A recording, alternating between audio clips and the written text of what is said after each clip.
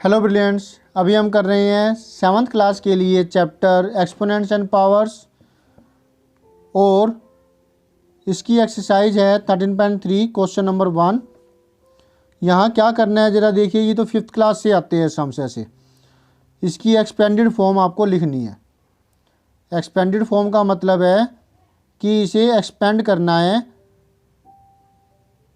और वो कैसे करना है। जैसे पहले तो करते आए थे, उसमें हम क्या करते थे, जैसे कि 404 है तो 4 मल्टीप्लाई 100 प्लस में 0 मल्टीप्लाई 10 प्लस में 4, इस तरीके से, यानी कि 10, 100, 1000 वैसे हम इस्तेमाल करते थे। लेकिन यहाँ पर जो हम स्टैंडर्ड फॉर्म इस्तेमाल कर रहे हैं उसमें 10 की पावर का इस्तेमाल करेंगे, क्योंकि ये एक्सपोनेंशियल फॉर्म है, राइट। तो इसमें ये ज़रूर ध्यान दीजिएगा। जैसे देखिए ये दे रखी है, इस रूप में हमें एक्सपेंडेड फॉर्म में इसे करना है, ठीक है।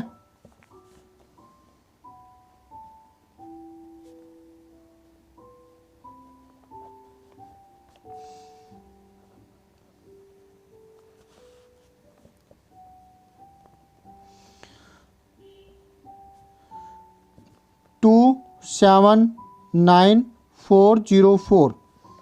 तो अब देखिए ज़रा, हम स्टार्ट कर रहे हैं 2 के साथ।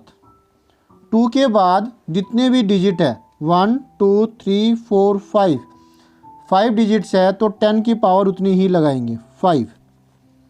फिर 7 के बाद 4 डिजिट्स है 1 2 3 4, तो 10 रेज़्ड टू पावर 4। 9 में 3 डिजिट्स है, 4 के बाद 2 डिजिट्स है, और 0 आप ना लेना चाहे तो ना लीजिए, और अगर लिखने या फिर भी कोई दिक्कत नहीं है। और 4 अकेला हो गया। यहाँ पर 10 रेज़्ड टू पावर 0 हो सकती है, ठीक है। तो ये हुआ exponential form, expanded form. Exponential form नहीं है, ये एक्सपेंडेड फॉर्म है, बहुत सारी एक्सपोनेंशियल फॉर्म के रूप में, ठीक है। तो ऐसे इसकी एक्सपेंडिंग फॉर्म हमें लिखनी होगी। अब नेक्स्ट आप भी करके देखिए इसको, और याद रहे करने से ज़्यादा क्लैरिटी होती है। कुछ ना कुछ जो दिमाग में मिस हो जाता है, करने पर गलती निकलने पर वो क्लियर हो जाता है। 3 multiply 10 raised to power 1 2 3 4 5 6। 0 multiply 10 raised to power 5। अब इसे डिसेंडिंग ऑर्डर में ऐसे करेंगे 4 6 5 4। अब इसकी बारी, 6 की 3 आनी चाहिए, 1 2 3, बिल्कुल ठीक है। फिर 1 10 रेज़्ड टू पावर 2, फिर 9 10 रेज़्ड टू पावर 1, फिर 4 10 रेज़्ड टू पावर 0, 6 5 4 3 2 1 0।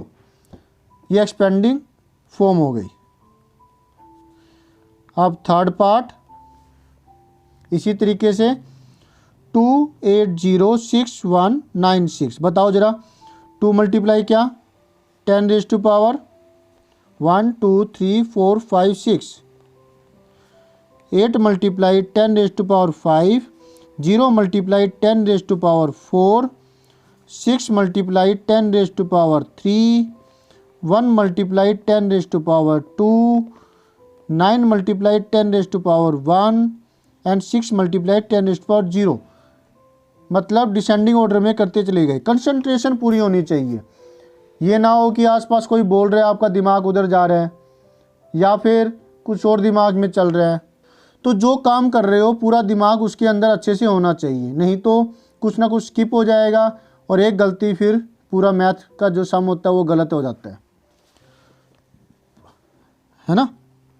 हुआ होगा आपके साथ। तो तब आप कहते होंगे मेरे तो अक्सर हमेशा गलत ही निकलता है, या कभी कोई गलत निकल गया है तो आप फिर कहते हो कि ये पता नहीं क्यों ऐसे गलती हो गई। तो वो गलती ऐसे ही हो गई, पूरी कंसंट्रेशन से काम ना करने की वजह से। जब कर रहे हो ना तो दिमाग में ये बात डाल लो, दिमाग में ये बात कहो मुझे बहुत ध्यान से करना है, तो ये भी जादू का असर करता है, फिर आप ध्यान से करते भी हो। 1 2 3 4 5 10 raised to power 5, 2 10 raised to power 4, 0 10 raised to power 1 2 3। मैं 12:30 से पढ़ा रहा हूँ और अब 8:30 बज चुकी है रात के, फिर भी मैं कंसंट्रेशन के साथ काम कर रहा हूँ, थकावट के बाद भी, क्योंकि मुझे मज़ा आ रहा है काम करके। तो आप भी अपने काम में मज़ा कीजिए, अपनी पढ़ाई में मज़ा कीजिए, अपनी पढ़ाई को एंजॉय कीजिए, तो जोश भी बना रहेगा और आप अपना काम भी अच्छे से करेंगे। +7 10 raised to power 2, 1 10 raised to power 1, 9 10 raised to power 0। तो ये आंसर हो गया आपका। आंसर लिख दीजिएगा।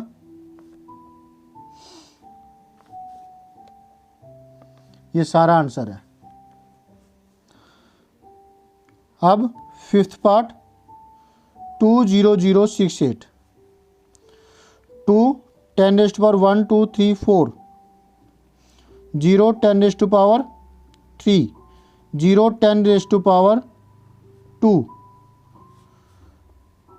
फिर 0 10 रेस्ट टू पावर 0 तो हो चुके ना 1 और 2। अब 6 की बारी, 10 raised to power 1, 8 10 raised to power 0 answer.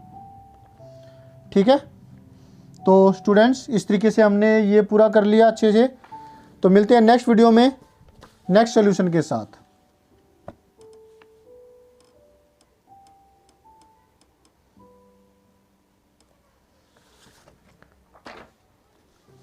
Bye.